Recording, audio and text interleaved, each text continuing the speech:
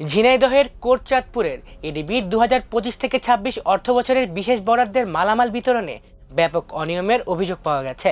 সরকারি বরাদ্দে কেনা বাইসাইকেল, ছাগল স্প্রে মেশিন, সেলাই মেশিন, ফুটবল ও হুইল চেয়ার বিএনপি ও জামাতের নেতারা নিজেদের মধ্যে ভাগাভাগি করে নিয়েছেন বলে অভিযোগ উঠেছে কোটচাঁদপুর উপজেলা জামাতের আমির মাওলানা তাজুল ইসলাম জালিয়াতির আশ্রয় নিয়ে এক মাদ্রাসা ছাত্রের নামে বরাদ্দকৃত বাইসাইকেল নিজে স্বাক্ষর করে তুলে নেন এবং তা নিজের নাতিকে উপহার দেন। বিষয়টি জানাজানি হওয়ার পর সামাজিক মাধ্যমে ব্যাপক সমালোচনার ঝড় উঠলে স্থানীয় সংসদ সদস্যের নির্দেশে অবশেষে বুধবার বাইসাইকেলটি উপজেলা নির্বাহী কর্মকর্তার কার্যালয়ে ফেরত দিতে বাধ্য হয়েছেন জামাত নেতা তাজুল ইসলাম।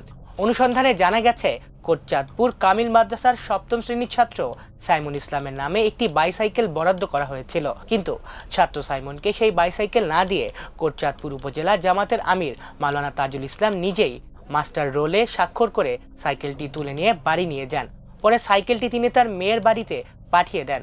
ভুক্তভোগী মাদ্রাসা ছাত্র সাইমুল ইসলাম জানায় তার নামে বরাদ্দ হওয়া সাইকেলটি প্রথমে তাকে দেয়া হয়নি, তবে সামাজিক মাধ্যমে বিষয়টি নিয়ে তোলপাড় শুরু হলে তড়িঘড়ি করে সাইকেলটি তার বাড়িতে পৌঁছে দেওয়া হয়। শুধু জামাত আমিরই নন, স্থানীয় বিএনপি নেতারা বরাদ্দকৃত সাইকেল, সেলাই মেশিন ও স্প্রে মেশিন নিজেদের স্বজনদের মধ্যে বন্টন করেছেন বলে সুনির্দিষ্ট অভিযোগ উঠেছে। এই বিষয়ে জানতে চাইলে জামাত নেতা মাওলানা তাজুল ইসলাম দাবি করেন সাইকেলটি তার এক প্রতিবেশী ছেলেকে দেয়া হয়েছিল, তবে পরক্ষণেই বক্তব্য বদলে তিনি বলেন তার ছেলে বেকার এবং আর্থিক সংকটে থাকায় সাইকেলটি তার পত্নী মারিয়াকে দেয়া হয়েছিল। একই সঙ্গে তিনি স্বীকার করেন বরাদ্দকৃত এসব মালামাল জামাত ও বিএনপি নেতারা নিজেদের মধ্যে ভাগাভাগি করে নিয়েছেন। সরকারি মালামাল দলীয় নেতাকর্মীদের মধ্যে ভাগাভাগি ও অনিয়মের এই বিষয়ে তীব্র ক্ষোভ ও প্রতিক্রিয়া জানিয়েছেন বিএনপি নেতা সালাউদ্দিন বুলবুল সিডল। তিনি বলেন, সামাজিক মাধ্যমে ও বিভিন্ন মাধ্যমে যা শোনা যাচ্ছে, এমন ঘটনা যদি সত্যি হয়ে থাকে তাহলে তা অত্যন্ত দুঃখজনক এবং একটি খারাপ নজির সৃষ্টি করবে। এদিকে কোটচাঁদপুর উপজেলা নির্বাহী কর্মকর্তা দীপা রানী ঘটনার সত্যতা নিশ্চিত করে জানান সাইকেল বিতরণে স্বজনপ্রীতির অভিযোগ উঠেছিল।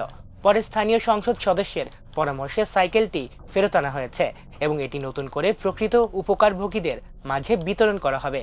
তিনি আরও জানান, বাইসাইকেল ছাড়াও অন্যান্য উপকরণ বিতরণে আর কোনো অনিয়ম হয়েছে কিনা তা খতিয়ে দেখতে তদন্ত চলমান রয়েছে।